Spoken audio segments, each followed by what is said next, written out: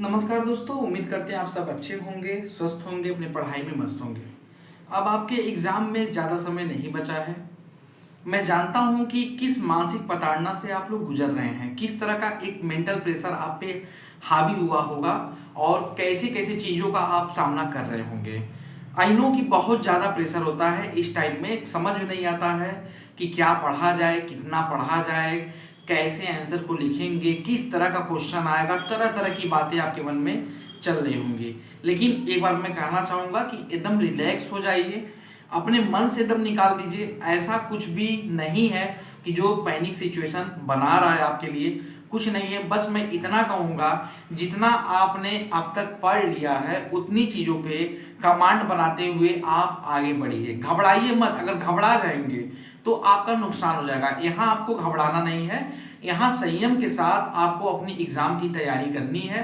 उन चुनिंदा चीजों को पढ़ना है जो चीजें ठोस हैं और जिसकी एग्जाम में आने की प्रबल संभावना है, तो उस पर फोकस कीजिए, आप लगाइए। अब बहुत बच्चे कंफ्यूज हैं कि सर हम कितना कंटेंट वहां पे लिखेंगे।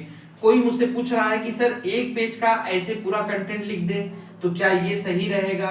कोई कह रहा है कि सर अगर हम 2 पेज का कंटेंट लिख दें तो क्या ये सही रहेगा। तो मैं उन सबको एक बात बताना चाहूंगा कि देखिए, आपके पास लिमिटेड टाइम रहेगी और उस लिमिटेड टाइम में आपको 40 जो है एमसीक्यू वहां पे लगाना होगा, पहली चीज। और दूसरा 15 आपका रिटन वाला एग्जाम होगा, यानी कि डिस्क्रिप्टिव जो है क्वेश्चन आंसर आपको जो है लिखने होंगे। तो ये जो टाइम होगा बहुत कॉम्पैक्ट टाइम होगा आपके पास, मतलब एकदम कह सकते हैं कि एकदम नपा तुला टाइम होगा। तो जैसे क्वेश्चन की वहां पे उपलब्धता होगी, जिस तरह के क्वेश्चन वहां पूछे जाएंगे उस तरह से आपको आंसर लिखना है। सपोज दैट अगर वर्ड लिमिट अगर दी जाती है कि आप यहाँ पे 250 शब्दों में, 150 शब्दों में और 50 शब्दों में आपको आंसर लिखना है, तो उसी के अकॉर्डिंग आपको वहां पे मेंटल सेटअप अपना बनाना होगा और फिर वहां पर चलना होगा। ये मत देखिए कि हम 1 पेज लिखेंगे, 1.5 पेज लिखेंगे, 2 पेज लिखेंगे। ये सोचिए कि हमको कंटेंट एक्यूरेट देना है, बिल्कुल सही देना है। किसी भी तरह की कोई गलती नहीं करनी है यहाँ पे कि हमने लिखने के दौरान ऐसे काट दिया या कहीं गोल दिया या कहीं खराब कर दिया, ऐसा कुछ भी वहां पे नहीं करना है। जो चीजें लिखनी है एक्यूरेसी के साथ लिखनी है। अगर आपको आधा पेज का कंटेंट आ रहा है तो उस आधा पेज को अच्छे से लिखेंगे।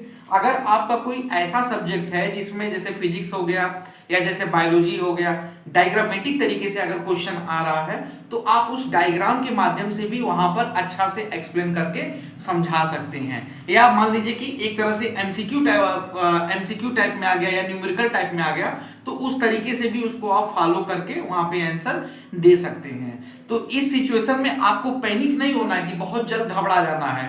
आराम से जैसे ही पेपर आएगा, सबसे पहले आपका टारगेट ये रहेगा कि जो 40 जो एमसीक्यू हैं इनको एक नजर में यहाँ पर देख लेना है। देखने का मतलब इसमें आपको ज्यादा टाइम नहीं देना है, मेरी बात ध्यान से सुनिएगा।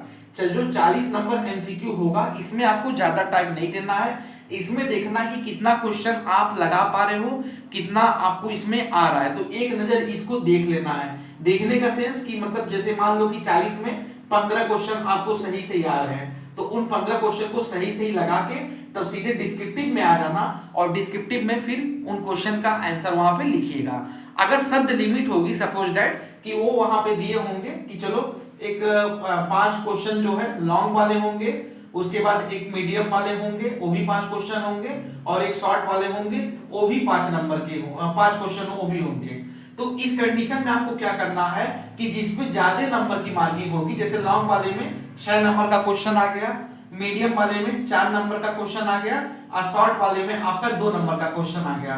तो सबसे पहले आपको क्या करना है कि लॉन्ग वाला सेक्शन उठाना है और उसी को करते जाना है। जैसे आप उस चीज को रिमाइंड कीजिए कि जब आप बीएससी का पेपर लिख रहे थे या बीए का पेपर लिख रहे थे अपने यूनिवर्सिटी में या अपने कॉलेज में, तो वो वाली सिचुएशन आपके सामने आ जाएगी कि आपको सबसे पहले बड़े नंबर वाले क्वेश्चन को उठाना है और उसका ही आंसर लिखना है।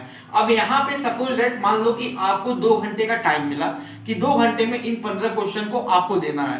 तो आप यहाँ पे टाइम अपना एक बना लेंगे, एक मेंटल तरीके से टाइम बना लेंगे कि हम इस पूरे सेक्शन को, लॉन्ग वाला जो सेक्शन है उसको करीब करीब 1 घंटे के अंदर फिनिश कर देंगे और अगले 1 घंटे 15 मिनट में जो है हम बाकी जो सेक्शन है इन दोनों को हम फिनिश कर देंगे। तो इस तरीके से एक स्ट्रेटेजी बना के आपको चलनी है और इतना ज्यादा नहीं सोचना है, किसी बात का अपने ऊपर प्रेशर नहीं हावी होने देना है। आप कोई भगवान नहीं है और रही बात जो एग्जाम लेने वाला है वो खुद भगवान नहीं है। बस इतना जानो कि ये आपकी परीक्षा है, परीक्षा में आपको खरा उतरना है, अपना 100% आपको देना है, इससे ज्यादा आपको कुछ नहीं सोचना है। तो ये है कि रिलैक्स मन से जाइए, कूल मन से जाइए, आराम से पेपर दीजिए, घबराएंगे नहीं, एक एक क्वेश्चन को करेंगे, जो क्वेश्चन नहीं आएगा उसको लास्ट में ले जाएंगे और लास्ट में उसका आंसर लिखने का प्रयास करेंगे। तो यही चीजें हैं कि मैं आपको बता दे रहा हूं कि ये देखो पेपर का टाइम ऐसा होता है ना कि पेपर बच्चे का खराब नहीं होता है, बच्चा जितना ज्यादा सोच लेता है, जितनी ज्यादा चीजें वो दिमाग में चला लेता है, उससे जाते जाते वो पेपर उसका खराब हो जाता है। तो अभी आपको एकदम रिलैक्स मन से जाके पेपर देना है। बस ये समझिए कि आपकी परीक्षा है, आपको एग्जाम जाकर वहां पर देना है और अपना 100% देना है। अब ये बच रहा है कि इतने ये जो समय है, इन समय में हम क्या करें। तो इन समय में आपको क्या करना है, एकदम सिंपल सा मैं बता रहा हूं कि आप एनसीईआरटी बुक उठाइए। बुक उठाने के बाद जो सिलेबस है आपका, उस सिलेबस से मैच करा के वहां पर देखिए कि कौन कौन से क्वेश्चन ऐसे हैं कि जो बहुत इंपॉर्टेंट रहे हैं या जिसकी मतलब प्रायिकता ज्यादा है इस चैप्टर से आने की। तो उन क्वेश्चन को हाईलाइट करेंगे, शॉर्टलिस्ट करके एक जगह नोट करके साइड कर देंगे और उन्हीं क्वेश्चन पे कमांड बनाकर जाएंगे। क्योंकि एग्जामिनर जब भी आपका एग्जाम लेता है या पेपर जब सेट करता है तो वो मोस्टली उन्हीं क्वेश्चन को हिट करता है, टारगेट करता है जो क्वेश्चन बराबर एग्जाम में पूछे जाते हैं। तो उनको आप लगाइए, जाइए। जैसे फॉर एग्जांपल मैं बायोलॉजी का बता दूं तो बायोलॉजी में जैसे आप मेंडल्स लॉ ले लीजिए, तो मेंडल लॉ में कुछ ना कुछ आना ही आना है। तो मेंडल लॉ में चाहे लॉ ऑफ सेग्रीगेशन हो, चाहे लॉ ऑफ डोमिनेंस हो, सारी चीजों को आप पढ़ डालिए, उसमें किसी तरह का कंप्रोमाइज मत कीजिए। या अगर आप जीन में जा रहे हैं या फिर आप जीन पैटर्न या नियम में जा रहे हैं तो उनमें एक एक पॉइंट को पढ़ डालिए, उसको छोड़िए ही मत, समझे। तो ये होता है तैयारी करने का तरीका। और देखो होशियार बच्चा वही होता है कि जो समय के अनुकूल परिस्थिति बना लेता है। तो यही आपको करना है, आपके पास टाइम कम है, बस ये कि अपने ऊपर कमांड पूरा बना के चलना है, आपको घबराना नहीं है। अगर आप घबरा गए यहां से तो आपका पेपर डिस्टर्ब हो जाएगा, तो अभी घबराना नहीं है। रही बात जो कट ऑफ वगैरह की बात हो रही है, बहुत लोग बोल रहे हैं कट ऑफ इतना जाएगा, बड़ा हाई जाएगा, तुर्रम लोग बैठ रहे हैं, ऐसा कुछ नहीं है। कट ऑफ का भी जो रेशियो है ये मान के चलो कि आपका 65 के आसपास ही कट ऑफ का भी रेशियो बनने वाला है मेरे ख्याल से। तो ये कि बेफिक्र होके जाओ, चंगा होके जाओ, पेपर दो और झंडे गाड़ दो। इस बार आपको अपना एक सीट निकालना है, बस इतना सोचो। तो यही है, मैंने आपको पूरा यहाँ पे ड्रॉप बता दिया कि कैसे क्या क्या करना है। 250 शब्द में जो बच्चे पूछ रहे हैं कि 250 शब्द में कितना होना चाहिए, तो 250 वर्ड का मतलब हो गया कि लगभग में 1 पेज, मतलब कि लगभग में 1 पेज आपका होना चाहिए। 150 वर्ड की बात आएगी तो आधे पेज का कंटेंट होता है। 50 वर्ड की बात आएगी तो कुछ लाइन का पेज होता है, मान के चलो कि 6 या 7 लाइन का होता है। तो इस तरीके से आपको अपना यहाँ पे एक्यूरेसी यही बनाना है और इसी पे जाना है। बाकी आप लोगों की जो तैयारी कराई गई है वो अपर लेवल की कराई गई है, उसके पीछे भी कारण ये था। बहुत लोग मुझे कहें कि सर आप 250 वर्ड का लिखवा रहे हैं, कैसे ये हो सकता है, क्या है, ये है, वो है, तरह तरह की बातें हो रही थी। तो मेरा यही सीधा सीधा जवाब था कि जब आप ऊंचाई पे रहोगे, मान लो आप यहाँ ऊंचाई पे हो, ऊंचाई से जब नीचे गिरोगे तो नहीं पता चलेगा, लेकिन नीचे से और नीचे गिरोगे तो पता चलेगा। तो आप ऑलरेडी अपर लेवल की तैयारी किए हो तो अपर लेवल से आपको नीचे आने में परेशानी नहीं होगी।